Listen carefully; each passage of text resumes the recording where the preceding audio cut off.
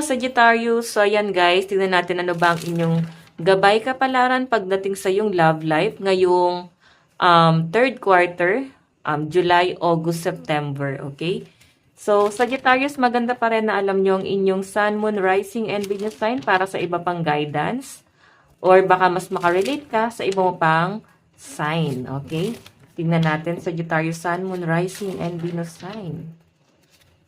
So, sa mga nais pala guys, magpa-private reading, iwan ko na lang yung link ng aking Facebook sa atin pong description box below. Sag. Gabay kapalaran po sa love life ni Sag ngayong third quarter spirit guide. Okay. Meron tayong camera. Oh, may nakakaalala naman dito sa mga Sagittarius. Ay no, nagre-reminisce yung person. Learn from the past. Make memories. Oh my God. Memories pa rin to. May nag-iisip sa mga Sagittarius. Okay. Engagement. Naka-reverse eh. So, siguro ito ay ex-husband or ex-wife or minsan yun na guys naka-live-in. Soulmate mo tong taong to. Ayan no. Soul connection, partnership agreement, soul contract. So, sa pinapakita sa akin dito sa Sagittarius, pinagmamasdan ka ng person mo, inaalala niya pa rin yung memories niyo together. So, I think si person, parang marami siyang nare-realize. Or, ngayon third quarter, ito yung epekto sa inyo guys ng Saturn retrograde, no? Na para bang maraming nakakaalala sa inyo, mga taong nakapanakit sa inyo. So, kung feeling ng mga Sagittarius, hindi na kayo guys naaalala ng person mo. Hindi eh.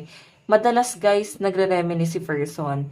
Tapos iniisip niya pa nga dito yung mga plano na hindi natuloy sa inyong dalawa. Like, etong kasalan, baka nag-propose na sa inyo tapos hindi na guys talaga natuloy. So, sa pinapakita sa akin dito sa Sagittarius, si person, nag-hold back pa rin siya, no? Okay? Para bang niyayakap niya pa rin yung memories niyo together. Iniisip-isip ka pa rin niya. Nandun pa rin sa point na itong si person mo is parang hirap siyang mag-detach sa'yo. Kahit ginawa naman talaga before, no, na nag-detach or nagkahiwalay kayong dalawa, Sagittarius.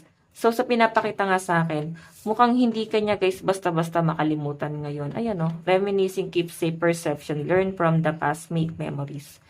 Marami siyang nare-realize, nakukumpara niya ngayon yung sitwasyon niya ngayon sa sitwasyon nyo dati. Okay? Kung may karelasyon na tong person mo guys, na pagkukumpara niya na mas okay pa pala yung pakiramdam niya nung nagsasama pa kayong dalawa. Pwede kasi guys na ngayon na kung meron siya guys, person, committed na siya sa iba, may partner na siya, parang may pagsisisi si person mo doon. Kung kasal na yan, okay? Nagsisisi itong person na to na bakit hindi na lang niya guys iningatan yung relationship niya sa inyo. Nagsisisi siya na bakit parang ganon-ganon ka na lang guys niya ni-let go. Okay? Titignan natin. Pwede naman guys, choice niyo naman parehas. Pero ngayon kasi guys, nag-hold back si person. Pwedeng wala kayo guys pag-uusap. Ano ba to, naka-black? Or pwedeng nahihiya kasi kayo, parang awkward na mag-usap pa kayo, Sag. Okay? Tingnan pa natin. Or baka parang kabutihan, no? Bigla-bigla na lang susulpot. Lulubog lilitaw yung energy ni person. Tingnan natin.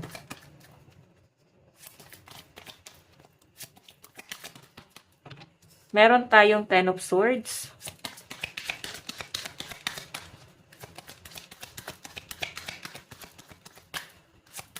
Sagittarius.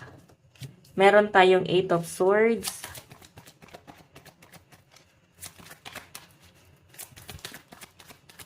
Okay. Three of Wands. Love reading for ni Sag. Ngayong third quarter. Okay. Meron tayong Ace of Cups. Okay. Ten of Swords, Eight of Swords, Three of Wands, Ace of Cups. Alam nyo guys, ito ha, sa pinapakita kasi sa akin, yung energy ng person mo, hindi ka naman daw niya tinalikuran dahil hindi ka na niya mahal. Siguro dahil sa sitwasyon, baka meron kayong conflict nung nagsasama pa kayo. Or pwedeng Against ba sa kanya yung family mo? Pwedeng meron siyang naririnig na negative galing sa family mo or pwedeng galing sa ibang tao. Pwedeng na-judge itong person na to dahil sa trabaho niya, sa profession niya. So, sa pinapakita sa akin, Sagittarius, yun din ata yung naging dahilan kung bakit lumayo yung person mo. Okay? Kasi nahusgahan siya eh. Mahal ka naman niya pero siguro pinabayaan ka na lang niya. Ayun, no? Ace of Cups kasi. Mahal na mahal ka na tong taong to. Pero parang siya yung lumayo, no? Three of Wands. Nag-isip pa nga to, guys, eh, kung iiwan ka niya. Pero siguro parang pinasa-Diyos na lang niya kung ano yung mga mangyayari. Okay?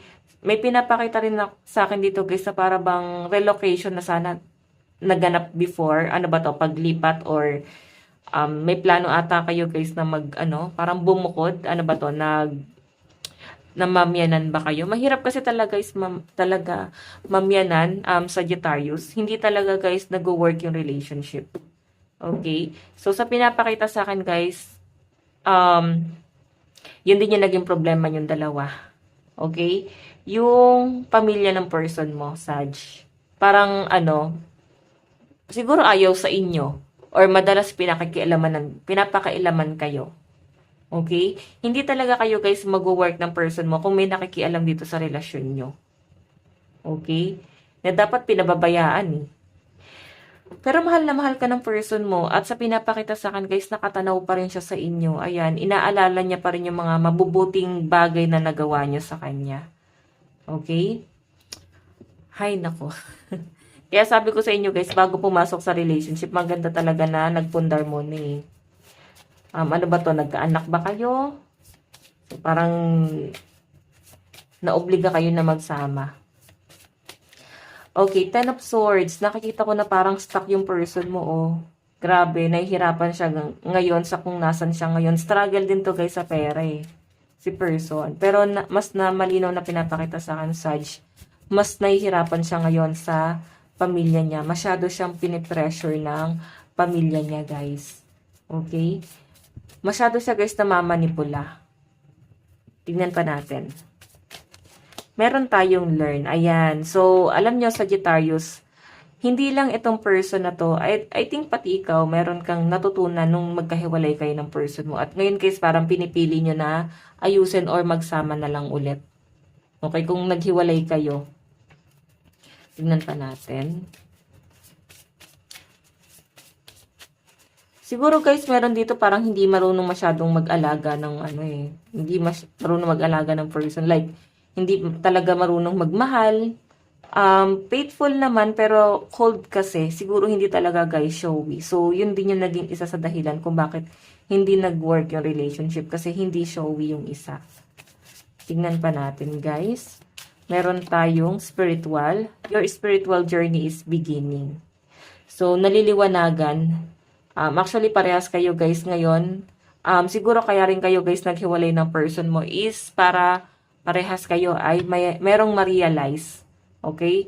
Ma-realize nyo na yung halaga ng isa't isa, kung ano ba yung pakiramdam pag wala na yung partner. So, kung nung naghiwalay guys, parang doon ko na-feel na hindi nyo pala talaga kayang i-let go yung isa't isa. So, I think aayusin to guys.